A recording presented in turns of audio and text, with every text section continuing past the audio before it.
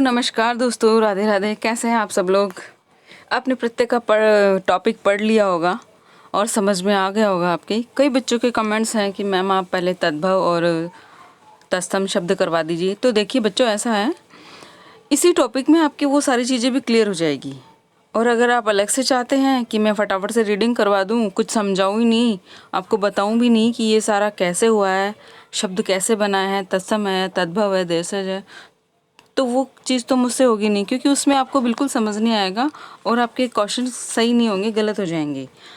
और जैसा मैं बताते जा रही हूँ, आप वैसा एक बार इसको ध्यान से पढ़ लीजिए, समझ में भी आ जाएगा। और ये टॉपिक तद्भव तत्सम इसी में क्लियर हो जाएंगे आपके। आप विश्वास बनाए रखें, जो वीडियो डाल रही हूँ उसे अच्छे से 1-2 बार देखें, ज़रूरी हो तो नोट्स बनाएं।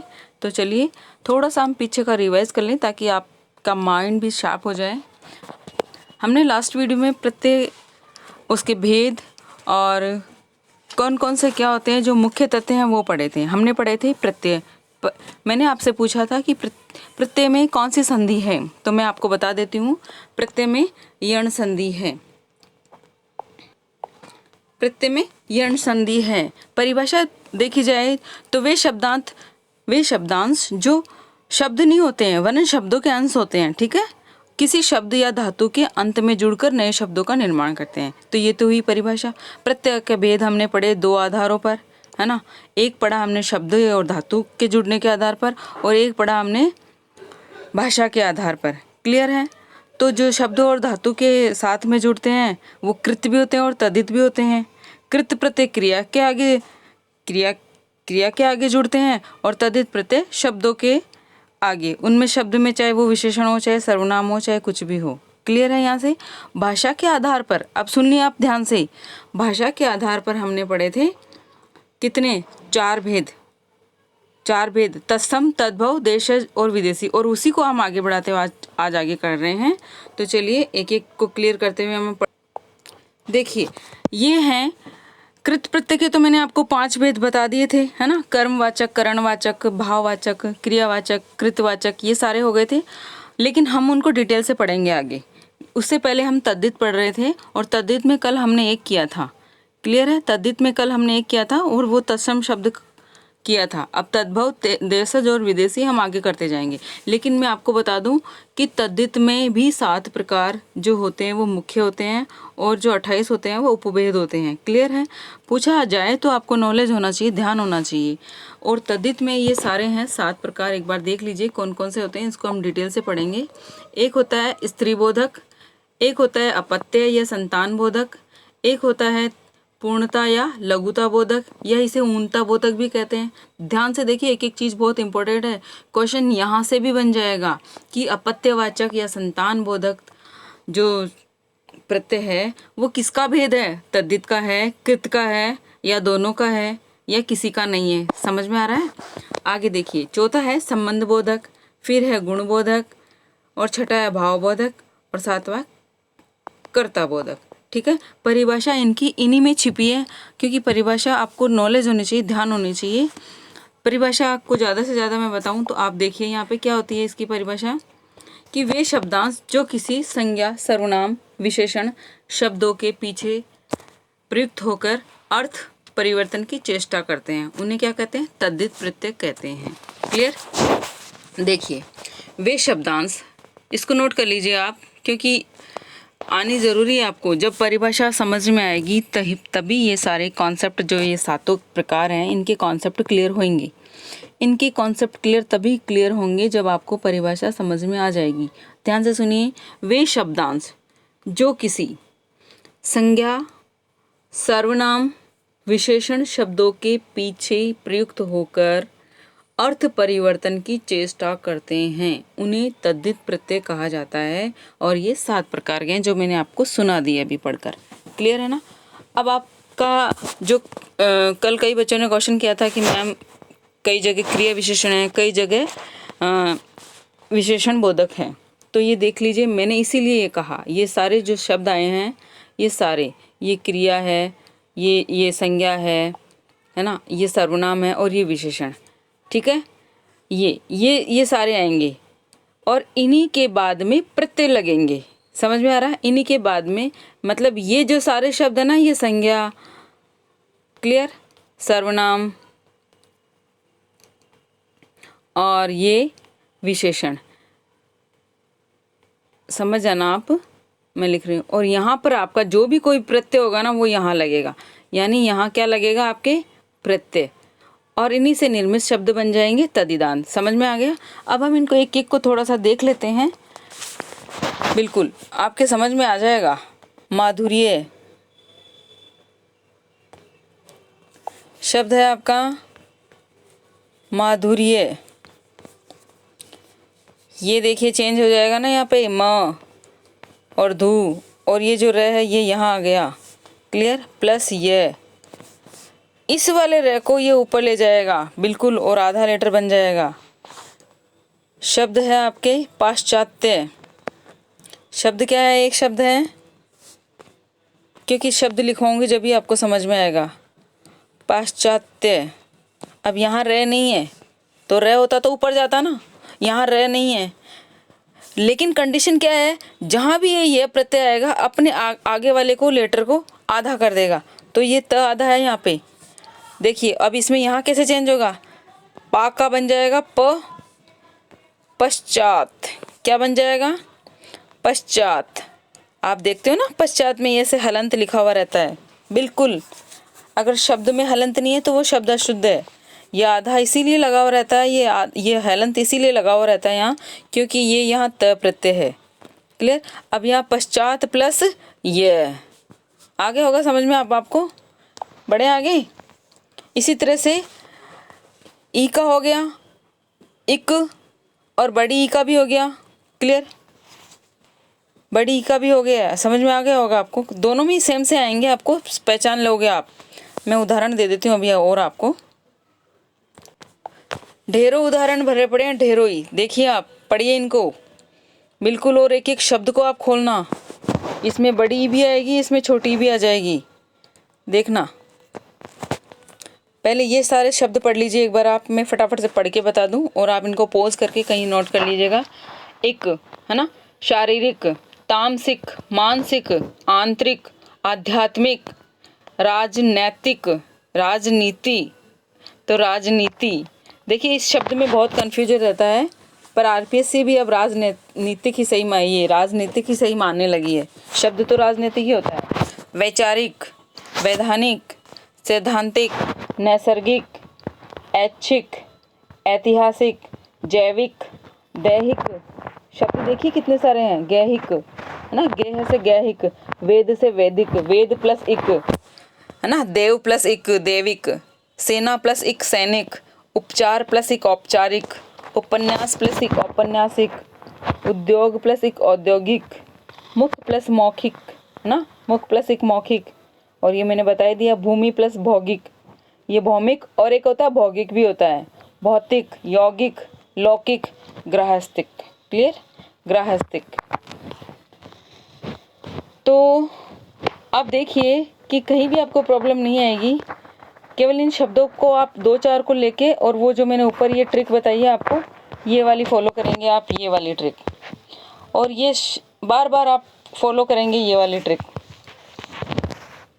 ये वाली, ये केवल ये चार नियम आप ध्यान रखेंगे, तो ये सारे प्रत्यय जो अपत्यवाचक है ये क्लियर हो जाएंगे, और इनके साथ साथ आपके तद्भव और तत्सम भी क्लियर होंगे, बिल्कुल। ये जितने भी कटे फटे आधे रह वाले लेटर होते हैं यही तत्सम होते हैं, और जो इनका टुकड़ा करके जो शब्द प्रत्यय बाहर निकलते हैं वो ही क्या कहलाते हैं, तद्भव, बिल्कुल। यही तो चीज़ है समझने की।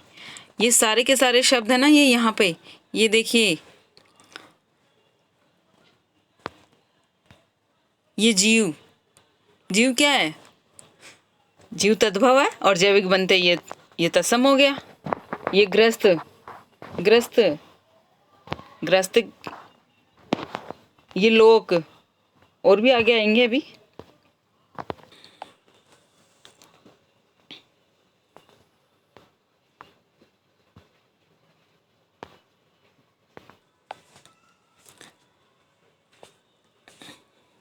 ए, एक शब्द आता है, प्रत्यय आता है ए। आंजनेय शब्द बना हुआ है, आंजनेय, थोड़ा मैं जूम कर देती हूँ, आप अपनी ब्राइटनेस खोल लेना, है ना। इनमें क्या होता है, इन शब्दों में शुरू में ही परिवर्तन होता है।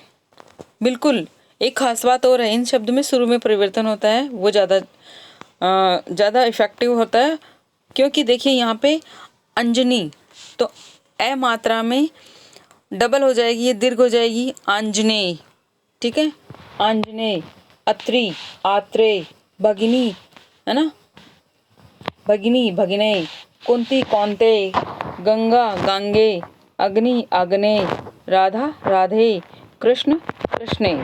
ये तो हो गए आपके ये वाली चीज, क्लियर।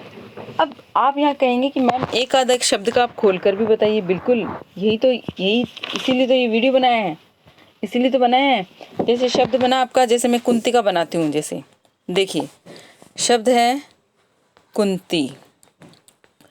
अब जो कुंती के जो पुत्र है ना, जैसे बोलते हैं ना कौंतेय, किसी को उपमा देके बोलते हैं कौंतेय, और ये प्रत्यय लग गया यहाँ पे। ध्यान से समझना, ध्यान से, बड़े ध्यान से। आगे हमने क्या नियम लिखाए थे, अगर शब्द में ई आ जाए, अगर ये ई आ जाए, कौन से में आएगा, इसमें आएगा, क्लियर। एक तो ये चीज़, और दूसरा ऊ आ जाए या ऊ आ जाए, है ना, चेंज कहाँ होगा, देखिए आप, अगर ये दोनों आ जाए तो ये बनेगा, बनेगा कि नहीं बनेगा, और ये दोनों आ जाए तो ओ बनेगा। बस इतना सा ध्यान रख ले आप, बस इतना सा ध्यान रखना है। ये अब देख ली, ये कू की जगह तो क्या आ जाएगा, ऊ की जगह तो ओ आ जाएगा, और इस ई की जगह ये ए प्रत्यय लग जाएगा। लगेगा कैसे, देखिए शब्द देखिए आप, इस ऊ की जगह तो ये औ लग गया, और ती की जगह ए लग गया, कौंतेय। इसी तरह से आप हर शब्द को बनाएंगे। शब्द है राधा, प्रत्यय जोड़ेंगे ए, कौन है राधे, किसको बोलते हैं, ये भी तो कुंती का पुत्र है, बिल्कुल कुंती का पुत्र ही है राधे। कर्ण, कर्ण को राधे ही बोला जाता है ना, क्योंकि राधा ने तो पाला, कुंती ने तो सिर्फ उसको वरदान रूप से दिया है।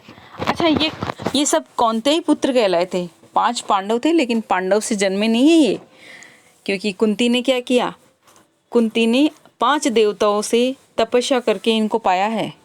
बिल्कुल ध्यान होना चाहिए, बिल्कुल इंद्र से अर्जुन को पाया, हाँ, पवन से उसने भीम को पाया, नकुल और सहदेव को, बिल्कुल सबको।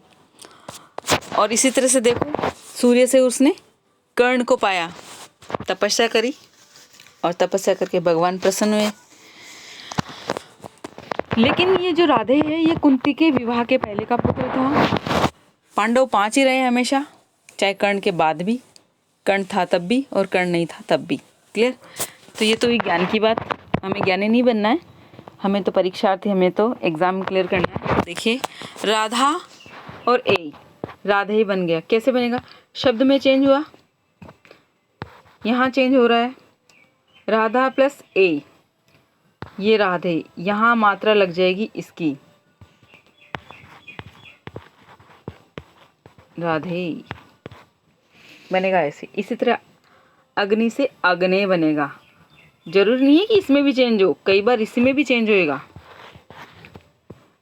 गांगे, गंगा, सेकंड में भी चेंज होगा, जैसे गंगा, गंगा प्लस ए,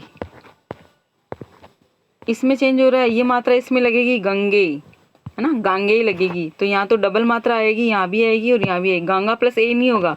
आप ध्यान से देखना, मैं क्वेश्चन आंसर करवाऊँ ना, तब और अच्छे से समझ में आ जाएगा। आगे देखिए, अब मैं एक एक दो उदाहरण देके आपको सबका समझाती जाऊंगी, जहाँ कहीं भी प्रॉब्लम हो आप वीडियो में कर देना, क्योंकि दोस्तों बहुत सारा मैटर है। प्रत्यय पढ़े ना आप, अगर तो प्रत्यय आप 10-12 घंटे की क्लास होती है प्रत्यय, बिल्कुल अच्छे से समझे तो एक टॉपिक 10-12 घंटे का होता है ये। अब देखिए आयन प्रत्यय, मैं एक एक का बताऊंगी। दंडी प्लस आयन, दांडायन।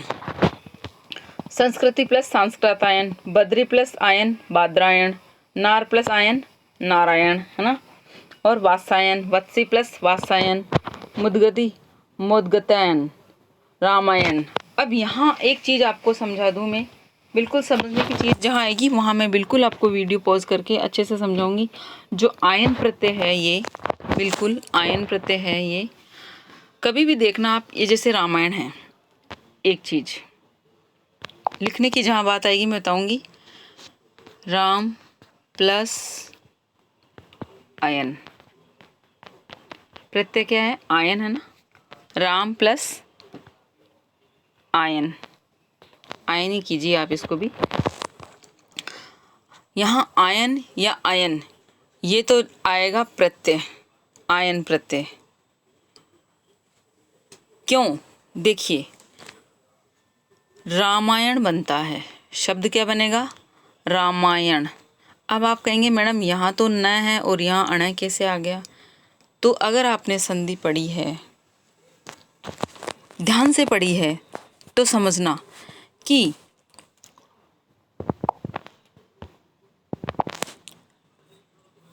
किसी भी शब्द के या प्लस के पीछे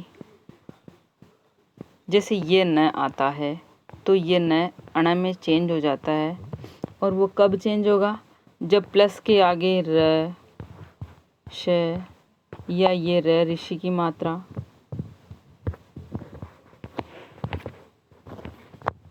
ये वाला री है ना, यानी अंतस्थ वर्ण कुछ भी आ सकता है। ज़्यादातर ये दो पूछे जाते हैं। किसी भी शब्द का अगर न का अण बन जाता है ना, तो उसके आगे ध्यान रखना आप, ये र होगा और ये श होगा, मूर्धन्य से, तो न किस में परिवर्तित हो जाएगा? अण में। ध्यान से सुनिए, किसी भी शब्द के आगे न अगर अण में चेंज होता है या अण न में चेंज होता है, दोनों एक दूसरे में चेंज होते हैं, तो प्लस के आगे र या श ऐसा कुछ वर्ण हो तो चेंज हो जाएगा न का अण और अण का न। क्लियर? अब एक और चीज़ है नारायण। देख लीजिए बादरायण, तो र है कि नहीं है? नार प्लस आयन, ठीक है, बद्री प्लस आयन, है ना, नाम है इनके। आगे देखिए औदार्य। अब आपके ये वाला आ गया, सारे के सारे ये वाले आ गए, तो सब हो चुके हैं। देखिए आपके ये वाला हो गया, ए हो गया, दोनों ई हो गए, ठीक है, ये हो गया, ए हो गया, इक हो गया, आयन हो गया। अब ये और है, थोड़ा सा आपको कन्फ्यूजन हो तो मैं इसके उदाहरण बता देती हूँ। माधुर्य, मधुर प्लस ये, ललित, लालित्य, ललित प्लस ये, जो आधा हो जाएगा। सिर्फ इसमें इतना इजी है, ये सबसे ज़्यादा इजी यही है। करना क्या है, जहाँ भी आपको ये प्रत्यय पीछे दिखे ना, उसके आगे वाला शब्द आपको आधा कर देना है, बिल्कुल आधा कर देना है। ये लालित्य में देखो त आधा हो गया, स्वास्थ्य में थ आधा हो गया, वात्सल्य, मान्य, प्राचार्य, साहित्य, वैराग्य, निरंतर्य, ऐश्वर्य, सैन्य, वेधव्य, वैचार्य, साक्ष्य, बहुत सारे शब्द हैं। आप पढ़िए इनको ध्यान से, एक एक को पढ़ेंगे और क्लियर करते जाएंगे तो आराम से हो जाएगा। कुछ एक इम्पोर्टेंट फैक्ट है ताकि आपका यहाँ से भी क्लियर हो जाए, क्योंकि मुझे याद आता तो मैं अटका लेती हूँ, क्योंकि फिर वीडियो बनाते समय अगर ये हाथ का क्लियर नहीं हो तो आपको दिक्कत हो जाएगी। जैसे एक शब्द आता है, जैसे मैं आपको बताऊँ, सांप्रदायिकता एक शब्द, आपने उपसर्ग पढ़ लिए होंगे ना, तो इस शब्द में कितने उपसर्ग हैं, क्या मूल शब्द है, कितने प्रत्यय हैं, ये सारी चीज़ आएगी। ये एक ये प्रत्यय जहाँ लगेगा ना वहाँ डबल प्रत्यय नहीं होगा। मैंने क्या कहा? वहाँ डबल प्रत्यय नहीं होगा, वो अशुद्ध होगा, वो अशुद्ध होगा, शब्द ही अशुद्ध हो जाएगा वो। अब यहाँ देखिए सांप्रदायिकता एक शब्द है, सांप्रदायिकता। यहाँ पर कितने प्रत्यय हैं? सम एक प्रत्यय है, यहाँ पे प्र एक प्रत्यय है। मूल शब्द क्या है? दा, दा का मतलब देने वाला। इकता, इक में इक भी प्रत्यय है और ता भी प्रत्यय है, तो दो तो प्रत्यय हो गए और दो ही उपसर्ग हो गए और एक मूल शब्द हो गया, है ना। अब इसको एक खोलेंगे कैसे? पहले ता प्रत्यय बाहर निकालेंगे तो सांप्रदायिक बन जाएगा, फिर इक प्रत्यय बाहर निकालेंगे तो संप्रदाय बन जाएगा, फिर प्रदाय शब्द निकालेंगे तो इधर से मूल शब्द ये उपसर्ग आ जाएगा सम, और दाय प्रदाय में से भी प्र उपसर्ग निकालेंगे तो दाय बन जाएगा, बनेगा, दाय बनेगा ना। और दाय क्या है? देने वाला, दा है देने वाला। क्लियर? ऐसे ऐसे आप शब्दों को खोल के करेंगे तो इजी से हो जाएगा आपका। अब देखिए अन्य, बिल्कुल मैं 3-4, क्योंकि अभी हमने आयन पढ़ा था ना, तो अन्य यहाँ साथ के साथ क्लियर कर लेंगे। कुछ चीज़ें कंपैरिजन पढ़ेंगे ना आप तो बहुत अच्छे से क्लियर हो जाएगा। अन्य प्रत्यय धातु के साथ में आता है, अन्य प्रत्यय का प्रयोग होता है। जब हम इनको कृत में पढ़ेंगे ना तब भी अच्छे से समझ में आ जाएगा आपको। थोड़ा सा यहाँ बता देती हूँ आपको एक, क्योंकि आप जब अभी जैसे ये टॉपिक क्लियर हो आप तुरंत इनके ऑब्जेक्टिव लगाइए, चाहे किसी अच्छी गाइड से, बुक से, किसी से भी लगाएं, बिल्कुल लगाएं। मेरे पर ही डिपेंड नहीं रहे, बिल्कुल मेरे पर ही डिपेंड नहीं रहे। फिर मैं कह रही हूँ और अदर सोर्सेज हैं वहाँ से भी आप तैयारी करें। छूट है आपको बिल्कुल भी, मैं किसी को बांध के नहीं रखना चाहती, ना मैं ये कहती हूँ कि आप मेरा पढ़ाया हुआ आएगा। ये आपके कॉन्सेप्ट क्लियर करने के लिए है सिर्फ, बिल्कुल। और आप अच्छे से ध्यान से पढ़ें इसको और वहाँ से क्लियर करें। जहाँ से भी आपको अच्छा लगे आप करें। बस आपका, मेरा उद्देश्य आपको यही है इन दिनों में आपको वीडियो देने का, कि आपके भी तथ्य क्लियर हों और वहाँ से आपका क्लियर सारे के सारे क्वेश्चन इस टॉपिक से जो मैं पढ़ा रही हूँ उस टॉपिक से अगर कुछ आपकी मदद होए तो ये मेरे लिए सौभाग्य की बात होगी। सौभाग्य नहीं दोस्तों, सौभाग्य। हाँ, सौभाग्य तो किसके लिए, मैंने एक वीडियो में चर्चा की है पहले भी। सौभाग्य, यहाँ भी देखिए, यहाँ भी प्रत्यय है और तद्धित प्रत्यय है। सौभाग्य, सु का सौ बन गया ना, सौभाग्य। सौभाग्य तो जब किसी लड़की का विवाह होता है तब आगे लगाते हैं उसकी पत्रिका में, सौभाग्यकांक्षिणी। सौभाग्य है नहीं, हमारा अच्छा भाग्य है कि अगर मेरे पढ़ाए हुए में से आपके कुछ भी काम में आए तो ये मेरा सौभाग्य है। और मैं ये चाहती हूँ जितने जितने मेरे प्यारे प्यारे अच्छे भाई बहन हैं, छोटे छोटे बच्चे हैं, वो सब के सब क्लियर हो जाए। बस मैं इतना ही आशीर्वाद देती हूँ आपको। और कोई भी अनर्गल कमेंट नहीं करेगा, है ना। अपनी लैंग्वेज पे ध्यान दें, बहुत रफली लैंग्वेज लिखते हैं आप लोग। एक टीचर और एक स्टूडेंट के बीच में जो गरिमा बनी रहती है उसे बनाए रखें प्लीज़, ये मेरा आपसे निवेदन है। चाहे आप व्हाट्सएप मैसेज करें, चाहे आप कमेंट में डालें, वहाँ ये आप ध्यान रखें कि आपकी कोई माँ बहन है ना या आदर्श आपको पढ़ा रही है तो क्या आप उनके लिए भी ऐसा ही कमेंट करते? बिल्कुल ध्यान रखिए इस चीज़ का। और जो भी आप बता रहे हैं कि हमें आगे क्या वीडियो देना है मैम, आप हमें ये पढ़ाएं, तो बिल्कुल जैसे समय मिलेगा मैं आपके एग्ज़ाम के पहले ज़रूर कराऊंगी। मैं भले ही आपको पूरा ना पढ़ा के इम्पोर्टेंट ही पढ़ाऊंगी, जैसे मैंने अभी ये इम्पोर्टेंट दे दिया आपको। तो चलिए आगे देखिए, इसके बारे में देखिए। अन्य धातु के साथ अन्य प्रत्यय का प्रयोग होता है, बिल्कुल, और ये का प्रयोग नहीं होगा। धातु के साथ अन्य का प्रयोग होगा, ये का नहीं होगा। शब्द देखिए, एक है नमनीय, है ना, धातु के साथ। अब नमन करना, किसी को नमस्कार करते हैं हम, धातु है नमन करना, तो शब्द के साथ में और धातु के साथ में बिल्कुल। शब्द क्या है, जैसे देखिए पूजन, पूजन एक शब्द है, पूजनीय। नमन एक शब्द है, नमनीय। बिल्कुल धातु के साथ में ये अनय प्रत्यय हो गया, ये का प्रयोग नहीं होगा। ये का प्रयोग कहाँ होगा, जैसे नगर, नगर धातु है क्या, नगर क्या है, एक संज्ञा है ना, तो संज्ञा के साथ में ये का प्रयोग होगा। किसके साथ में, संज्ञा के साथ में। मानव के साथ में ये प्रत्यय होगा, जाति के साथ में ये प्रत्यय होगा। बिल्कुल ये छोटी छोटी चीज़ें ही हैं, क्योंकि अब इतना समय नहीं है कि पूरा आपको लांदी से समझाया जाए। मेरे यहाँ से बिल्कुल इम्पोर्टेंट और मक्खन चीज़ मिलेगी। यहाँ देखिए आरु, आरु प्रत्यय नहीं है भाई साहब, बीमारू, है ना। आरु प्रत्यय किसमें नहीं है, एक शब्द है, यहाँ क्वेश्चन करवा रही हूँ मैं, आरु प्रत्यय किसमें नहीं है। ये ऊपर वाला समझ में आ गया आपको। धातु के साथ में अन्य प्रत्यय और संज्ञा के साथ में ईय प्रत्यय, बस इतना ध्यान रखिए आप। और आप देखिए एक एक शब्द को पकड़ के आप उसको खोल के उसका प्रत्यय बाहर निकाल के देखिए। अब देखिए यहाँ नगरी में बड़ी की मात्रा है, मैंने क्या करवाया था अभी, ये की मात्रा करवाई थी ना, नगर से नगरीय बन गया, तो क्या हो गया, ये संतानवाचक भी हो गया, अपत्यवाचक भी हो गया, है ना। अब यहाँ देखिए एक चीज़ और समझने की बात है, यहाँ ये सारे मिले जुले आएंगे, लेकिन आपको निकालना है शब्द। शब्द भाव दे रहा है, शब्द करता है, या संबंध बना रहा है, या वो पूर्णता का बोध करा रहा है, या वो लघुता का औन्नता का बोध करा रहा है, या वो अपत्यवाचक है, या संतानवाचक है, या वो स्त्री बोधक है। बिल्कुल यही तो निकालना है।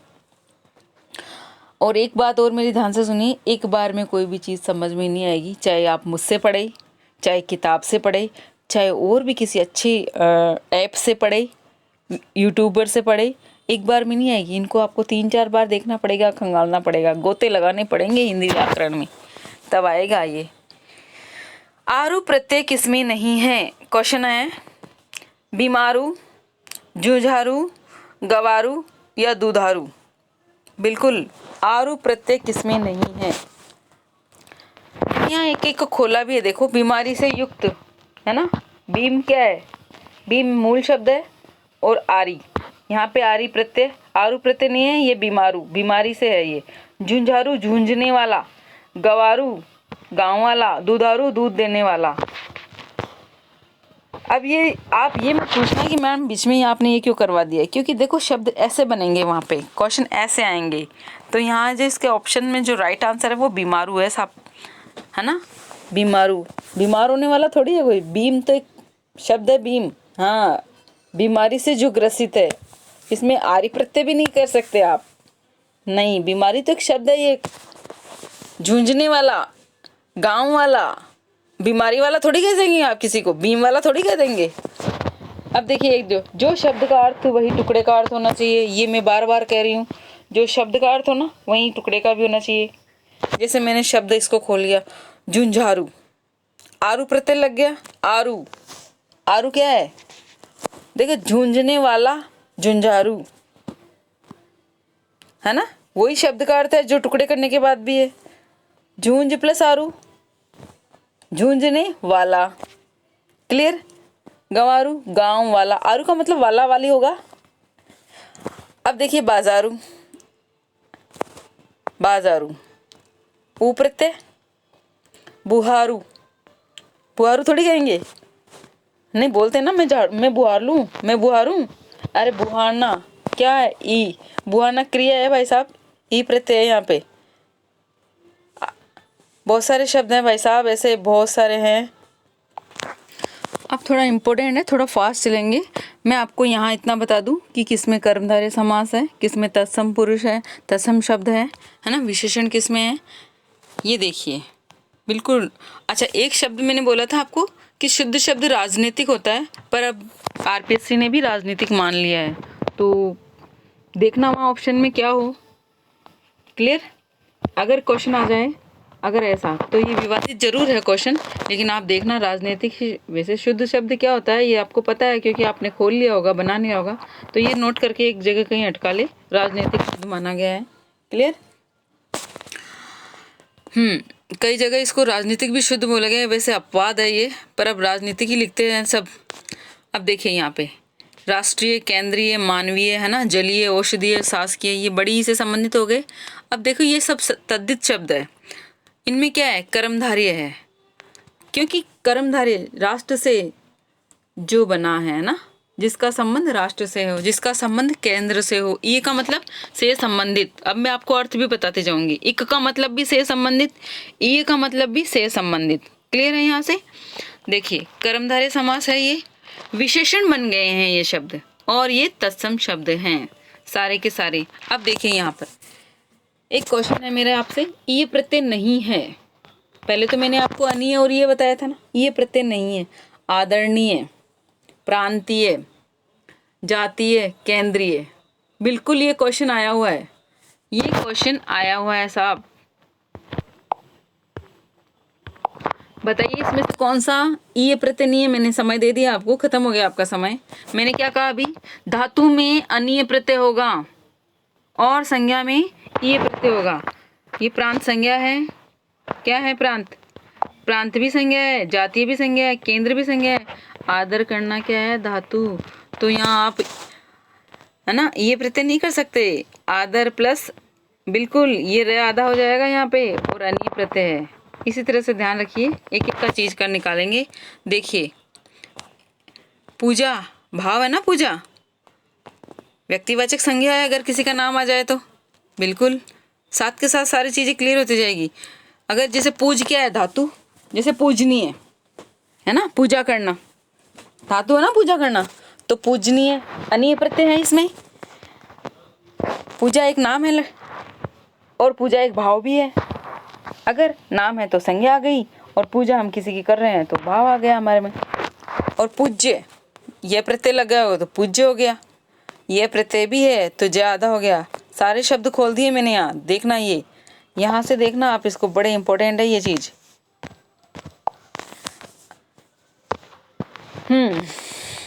राजकीय में भी है, राजकीय में क्या है, ये प्रत्यय राजकीय में तो है ना, राज का, दो दो शब्द बन गए इसमें, राज और का।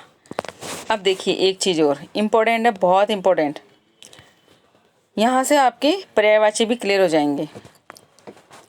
जैसे धी धर धरा है ना, धी धर धरा, ये सब क्या है, ये धारण करने वाले हैं, धारण करने वाले हैं, ये शब्द से ही बनेंगे, इतना आप ध्यान रखिए।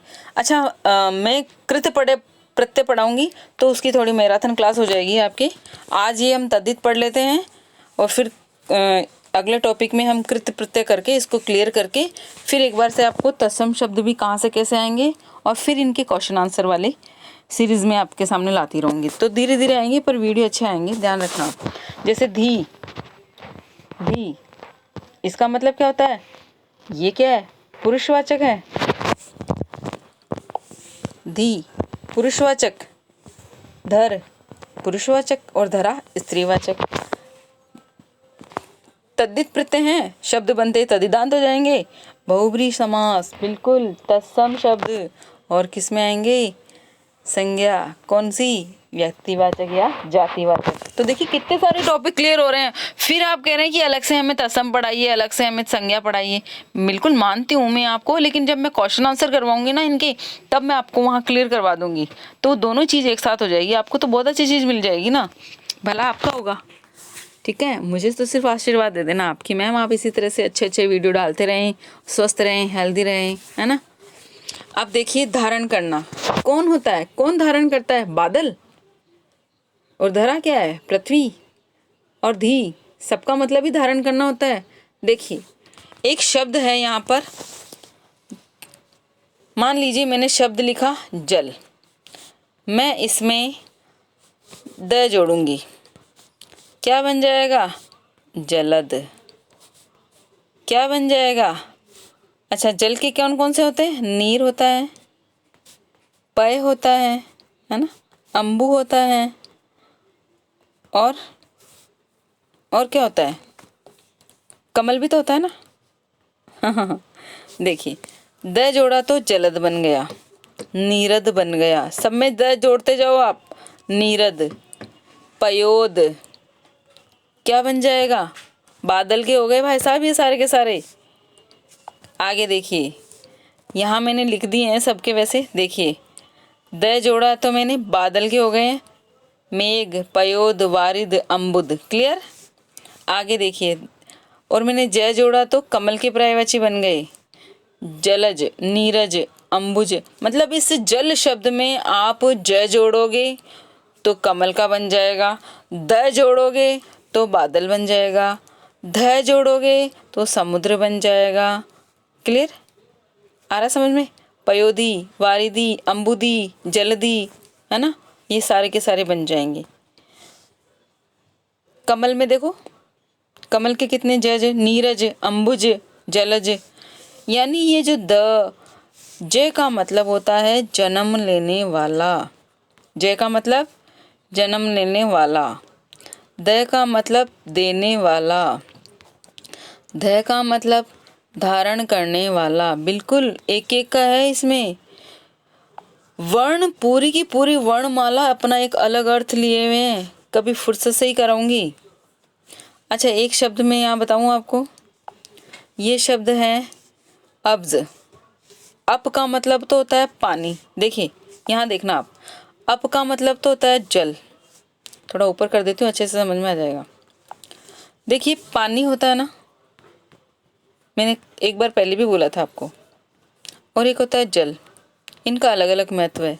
एक होता है नीर, सबका अलग अलग महत्व होता है। नीर यानी बहता हुआ, जल यानी पीने योग्य, और पानी, पानी तो कहीं भी हो सकता है, नाली में भी हो सकता है, किसी गड्ढे में भी, किसी गिलास में भी, तो हर जगह का पानी पिया नहीं जा सकता ना। तो जिस शब्द में जो मंगल सूचक शब्द है ना, जिसे हम अच्छे काम के लिए पवित्रता का शब्द सूचक होता है, वह जल कहलाता है, बहता हुआ सलील, बिल्कुल ये नीर है। तो यहाँ देखिए आप, मैं बात कर रही हूँ यहाँ पर अप, जिस अप में हलंत लगा हुआ होता है वो तो होता है जल, और जो पूरा अप होता है उसका मतलब होता है रहित और बुरा, है ना, वह उपसर्ग है, ये बिल्कुल अलग अलग अर्थ आएंगे। अब देखिए जय का मतलब होता है पुत्र या पुत्री। जय जन्म लेने वाली, है ना। निर्मित शब्द क्या बन गए, तद्धित और बहुब्री। जैसे क्या है, जैसे भूमिजा, भूमिज यानी पुत्र, भूमिजा यानी पुत्री, जन्म लेने वाली ने, भूमि से जन्म लेने वाली। अब एक शब्द है अग्रज, जन्म लेने वाला, बड़ा भाई। एक शब्द है मनोज, कामदेव, काम को जन्म देने वाला, मन में जन्म लेने वाला, मनोज। एक शब्द होता है अनुज, जो छोटा होता है ना। और अनुजा, छोटा भाई अनुज, अनुजा यानी छोटी बहन, बिल्कुल।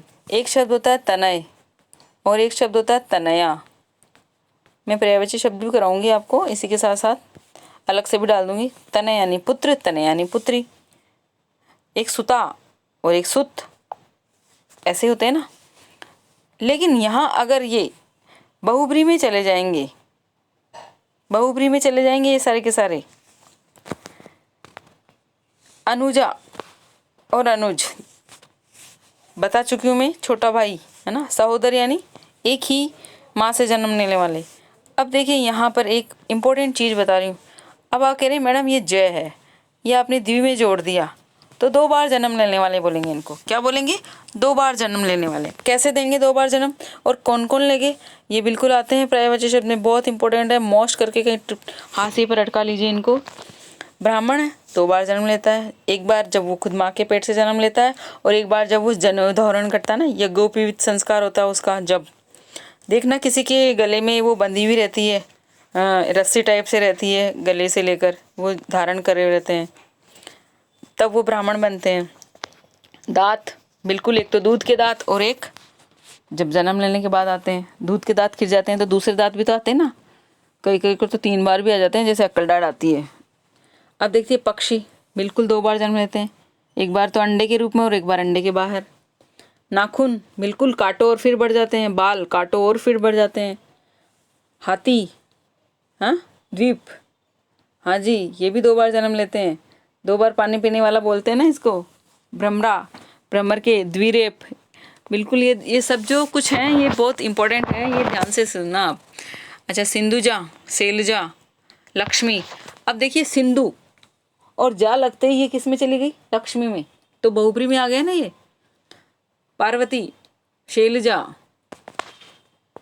अब आप कहेंगे मैडम आप तो प्रत्यय पढ़ाते पढ़ाते, बिल्कुल ये प्रत्यय ही है भाई साहब, ये प्रत्यय ही है। और फिर आप वहाँ कहेंगे कि ये तो हमने कभी प्रत्यय में पढ़े ही नहीं, ये प्रत्यय ही है ये, लेकिन इनके अलग ही अर्थ बन जाते हैं, क्योंकि हिंदी सारी एक दूसरे से कनेक्ट की हुई है। जैसे गूदड़ी के धागे होते हैं ना, वैसे हैं। कहीं से प्रत्यय निकलेगा, कहीं से समास निकलेगा, कहीं से उपसर्ग निकलेगा, कहीं से ये संधि निकलेगी, कहीं संज्ञा निकलेगी, कहीं शब्द विशेषण बनेगा, तो सब ऐसे ही है। तो सबको आपको कंबाइन करके पढ़ना पड़ेगा। अर्कजा, अर्क मतलब सूर्य, और सूर्य से उत्पन्न होने वाली उसकी पुत्री यमुना है, अर्कजा, है ना, यमुना। अच्छा, एक चीज़ मैं बताती हूँ आपको, जैसे मैंने यहाँ बोला बाल, आपको पता है बाल के कितने सारे पर्यायवाची शब्द होते हैं। बिल्कुल इम्पोर्टेंट चीज़ बता रही हूँ, और फिर मैं इसको वीडियो को यहीं ख़त्म करूँगी, आज बहुत देर होगी। जैसे बाल, बाल के लिए अगर बालों के तो बहुत सारे पर्यायवाची हैं, केश, कुंतल, लठ, है ना।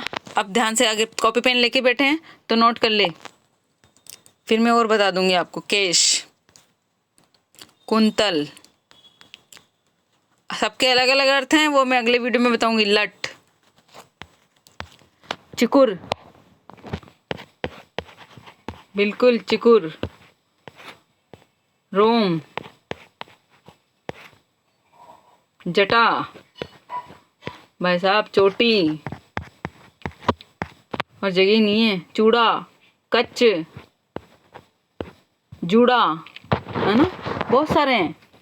हाँ, अरे केश, जिनके पकड़े नहीं जाते ना केश, जैसे जेएनयू में केश लोशन करवाते हैं ना, फिर बाद में पकड़े ही नहीं जाते उनके बाल, बिल्कुल जो गंजे हो जाते, फौजी कटिंग से टाइप के जिनके बाल रहते हैं ना, वो केश कहलाते हैं।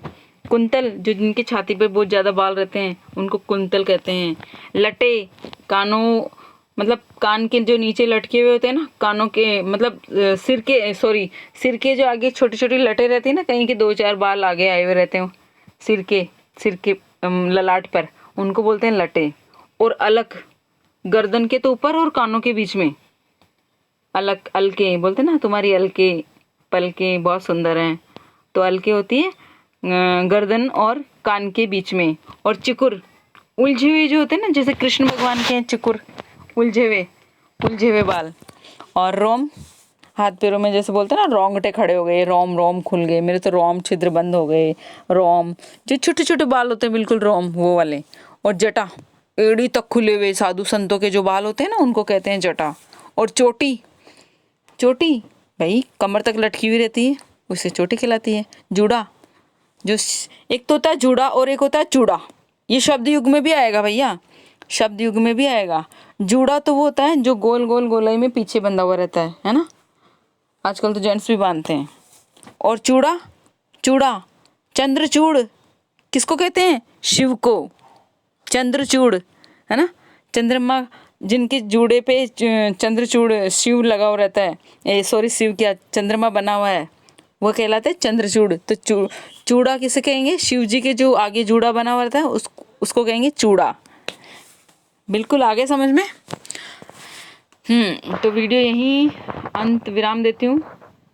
चलिए दोस्तों, समझ में आ गए, प्लीज़ कमेंट करें, और सारी चीज़ें आपको समझ में आ रही होगी ऐसा मेरा विश्वास है। और मेरी वीडियो से किसी को अगर थोड़ा सा भी लाभ होता हो तो प्लीज़ दोस्तों आगे शेयर करें। हथौड़ा नहीं लेना है ना, हथौड़ा नहीं लेना आपको हाथ में, कोई चाबी कीले भी नहीं लेनी है आपको कि हथौड़ा लेके ठोकना है, कील लगा के ठोकनी है। एक हल्का सा अंगूठा प्रेस करना है लाइक पर और शेयर पर, हल्का सा, बिल्कुल प्यार से, धीरे से, और वो आप करेंगे ज़रूर। पैसे भी नहीं लगने हैं उसके में तो, अरे भाई चार्ज लगना है या कोई 4-5 घंटे लगते हैं, चार्ज भी नहीं लगता है ना, नहीं लगता है ना, एनर्जी भी नहीं लगती। हल्का सा अंगूठा लगाना है आपको, थोड़ी देर के लिए सही, मेरे लिए ये काम कर दीजिए आप, मैं भी इतनी मेहनत से बना रही हूँ, है ना। थैंक यू दोस्तों, वीडियो पूरा देखने के लिए, अंत तक बने रहने के लिए। तो मिलते हैं नेक्स्ट वीडियो में नई चीज़ों के साथ, तब तक के लिए धन्यवाद, शुभ रात्रि।